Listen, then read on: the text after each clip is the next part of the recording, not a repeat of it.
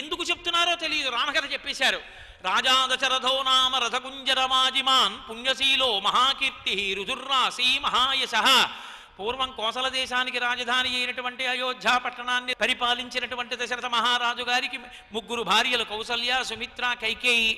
60,000 సంవత్సరముల వయస్సు వచ్చినప్పటికీ కూడా పుత్ర సంతానాన్ని పొందనటువంటి దశరథ మహారాజు గారు కొడుకు పుట్టాలనేటటువంటి బాధ చేత అశ్వమేధయాగాన్ని చేసి పాపాన్ని పోగొట్టుకుని పుత్రుణ్ణి పొందాలన్న కోరిక చేత పుత్రకామేష్టి చేస్తే అందులోంచి వచ్చినటువంటి యజ్ఞపురుషుడు ఇచ్చిన పాయస పాత్రలోని పాయసాన్ని 3 భార్యలకి పంచిపెడితే పుట్టినటువంటి 4 కుమారులైనటువంటి రామలక్ష్మణ భరత శత్రుఘ్నులలో పెద్దవాడైన రామచంద్రమూర్తి తండ్రి అయిన దశరథ మహారాజు గారు 2 వరాలు కైకమ్మకి ఇచ్చినప్పుడు సత్యమునందు నిలబెట్టడం కోసమని భార్య అయిన సీతమ్మతో లక్ష్మణస్వామితో కలిసి అరణ్యవాసానికి వచ్చి జనస్థానమునందుండగా రావణాసురుడన్న 10 తలల రాక్షసుడు సీతమ్మని అపహరించి తీసుకుని వెళ్లి లంకాపట్టణంలో బంధీకృతురాల్ని చేస్తే ఋష్యమూక పర్వతం మీదకి చేరుకున్నటువంటి రామచంద్రమూర్తి వాలిని ఒక్క బాణంతో సంహరించి సుగ్రీవుడితో స్నేహం చేసి సుగ్రీవుడి యొక్క దాసులైనటువంటి వారి సైన్యమంతా కూడా గూఢచారులు, రాయబారులు అందరూ కూడా అన్ని దిక్కులకి బయలుదేరి వెడితే దక్షిణ దిక్కునికి వచ్చినటువంటి కొన్ని లక్షల వానరములు ఉత్తర తీరంలో ఉండిపోతే హనుమాను పేరు కలిగినటువంటి కేసరీపుత్రుడనైన హనుమైనైన నేను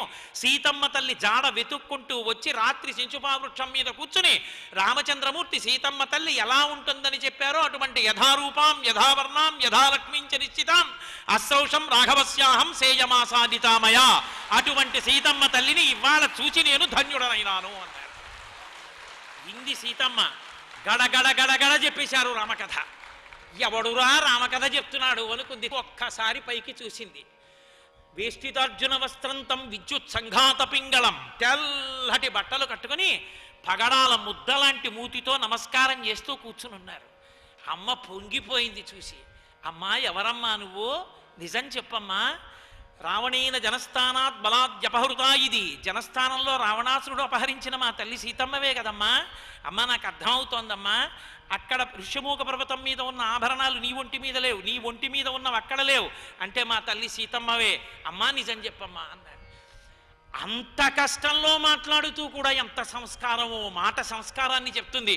పృథివ్యా రాజసింహానాం ముఖ్యస్య విదితాత్మనః స్నుషా దశరథస్యాహం చతుర్సైన్య ప్రతాపినః ద్వితా జనకస్యాహం వైదేహస్య మహాత్మనః సీతాచ నామ నామ్యాహం భార్యా రామస్య ధీమతః అంటుంది తల్లి.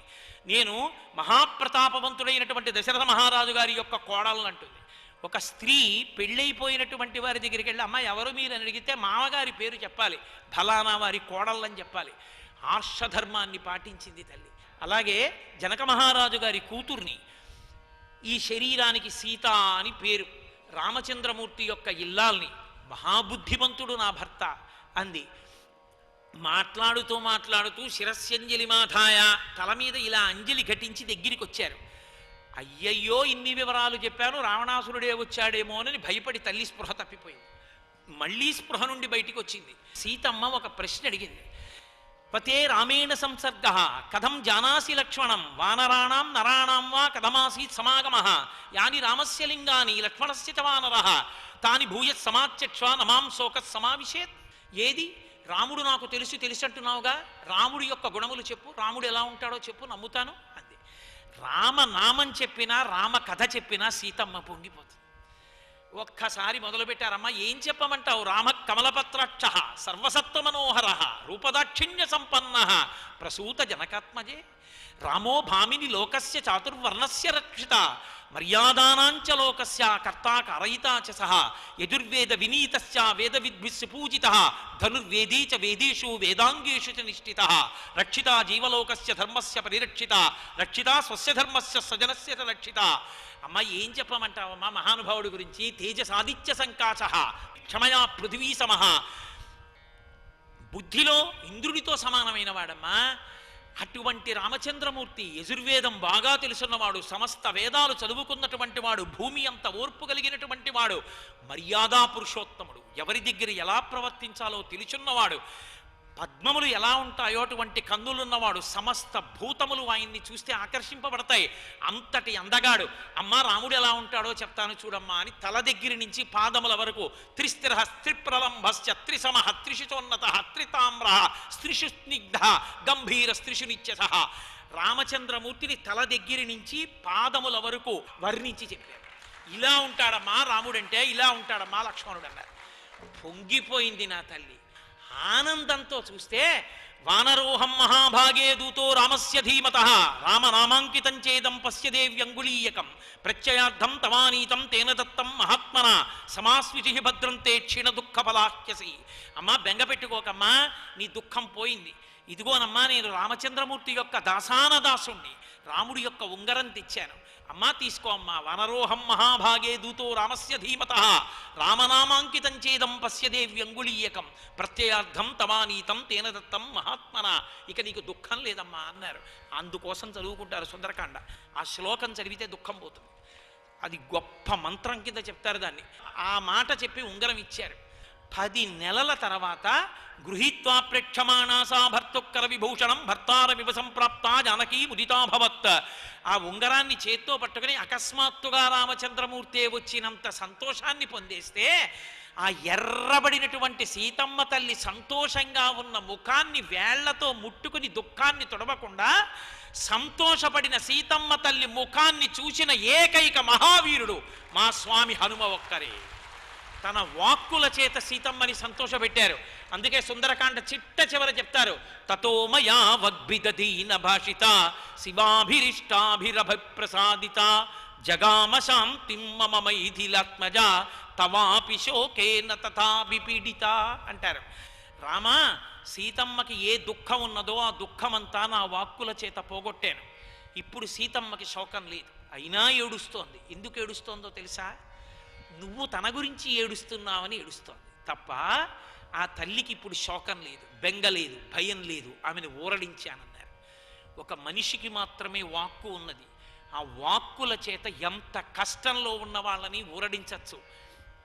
సుందరకాండలో స్వామి హనుమ మాట్లాడిన మాటలు, ఆయన అంత బాధపడుతున్న సీతమ్మని ఊరడింపచేసినటువంటి సన్నివేశమే దానికి గుర్తు. అంతటి మహాపురుషుడు సీతమ్మ తల్లిని ఓదార్చారు. మాట అంటే వ్యక్తిత్వాన్ని ఆవిష్కరిస్తుంది అని నేను మీతో అన్నాను. సీతమ్మంది, నాయన అన్ని కోట్ల మంది వానరులు ఆవలి ఒడ్డున ఉండిపోయారు రాలేక, నువ్వు ఒక్కడి వచ్చావు. రేపు యుద్ధానికి వానరులందరూ వస్తారంటున్నావు, ఎంతమంది రాగలరు తండ్రి, నువ్వు ఒక్కడివే కదా వచ్చావు అంది. ఆయన అన్నారు అమ్మతోటి, అమ్మా మద్విశిష్టాశ్చ తుల్యాశ్చ సంతి తత్ర వనౌకసః మత్త ప్రత్యవర కశ్చిన్నాస్తి సుగ్రీవ సన్నిధౌ. అమ్మా నీకు తెలియని రాజనీత, మహారాజులు తమ పట్టమహిషి దగ్గరికి ఎవరినైనా పంపించేటప్పుడు అందరిలోకి అధమమైనటువంటి బలం ఉన్నవాణ్ణి పంపిస్తారు. రామచంద్రమూర్తి నన్ను నీ దగ్గరికి పంపించారంటే అందరిలో తక్కువ బలం ఉన్నవాణ్ణి నేనేనమ్మా. నాకన్నా సమానులు ఉన్నారు, నాకన్నా అధికులు ఉన్నారు తప్ప నాకన్నా తక్కువ వాళ్ళు సుగ్రీవుడి దగ్గర లేరమ్మా అన్నారు. ఏమి వినయమ్మా స్వామిది. అందుకే ఎవరు హనుమ పాదములు పట్టుకుంటారో వాళ్ళకి వినయం వస్తుంది. అవినయమపనయ విష్ణోహో అంటారు శంకర భగవత్పాదులు షట్పదీ స్తోత్రం చేస్తూ. మొట్టమొదట కావలసింది వినయమే అంటారు. కాబట్టి అంతటి రాశీభూతమైనటువంటి వినయం. అంత బాధపడుతున్న సీతమ్మ లంకాదహనం చేసి వెనక్కి తిరిగి వచ్చినటువంటి హనుమని చూసి, నాయనా వెళ్ళిపోతాను వెళ్ళిపోతాను వెళ్ళిపోతానంటావేరా, ఎన్నాళ్ళైందిరా నాయన రామకథ విని, ఈ లంకాపట్టణంలో రామకథ చెప్పేవాడు లేడురా, ఇన్నాళ్ళకొచ్చావురా తండ్రి, వెళ్ళిపోకురా, ఇంకొక్క రోజు ఉండి రామకథ చెప్పరా అని బతిమాలింది. అమ్మా నేను వెళ్ళాలి కదమ్మా, వెళ్ళాలి, రామచంద్రమూర్తికి నీ క్షేమవార్త చెప్పాలి, వానరుల్ని ప్రోత్సహించాలి, అందరం కలిసి రావాలి, సముద్రాన్ని దాటాలి, రావణాది రాక్షసుల్ని సంహరించాలి, మళ్ళీ నీతో కలిపి రామచంద్రమూర్తికి పట్టాభిషేకం అవ్వాలి, నేను కృతకృత్యుడనవ్వాలి, వెళ్ళకపోతే ఎలాగమ్మా అన్నారు. మాటయే, మాట చేత ఓదార్చారు తల్లిని. రామాయణమంతా మాట వైభవమే, రామాయణమంతా వాగ్వైభవమే. అందుకే ఆ వాక్కు ఉన్న నరులు రామాయణం చదువుకుంటే అబ్బా మనం ఇలా మాట్లాడచ్చు అనమాట. మన మాట చేత ఇంత శాంతి కల్పించవచ్చు, మన మాట చేత లోకానికి అంత ప్రీతి చేకూర్చచ్చు. మనకున్న మాటని సక్రమంగా వినియోగించుకోగలిగితే చాలు మనం తరించిపోతామని తెలుసుకుంటారు. అంత గొప్ప వాగ్వైభవాన్ని ఆవిష్కరించింది సీతమ్మ తల్లి. రావణాసురుడితో మాట్లాడుతూ కూడా అదే అంటుంది, ఇహ సంతో నవాసంతి సతోవా నానువర్తసే తథాహి విపరీతాతే బుద్ధిరాచారవర్జిత నివర్తయమనోమత్త సజనే క్రియతాం మనః ఆత్మానుపమాం కృత్వా స్వేషు దారేషు రమ్యత తుష్టం స్వేషు దారేషు చపలం చలితేంద్రియం. ఆవిడ ఎంత స్పష్టంగా చెప్పిందో. అందుకే సుందరకాండ ఒక యుగంలో ఒక కాలంలో ఒకరికి పనికొచ్చినది కాదు, ఏ యుగంలో ఏ కాలంలో ఎవరికైనా పనికొస్తుంది. కారణం సీతమ్మ తల్లి మాటలు. సర్వం శ్రీ ఉమామహేశ్వర పరబ్రహ్మార్పణమస్తు. స్వస్తి.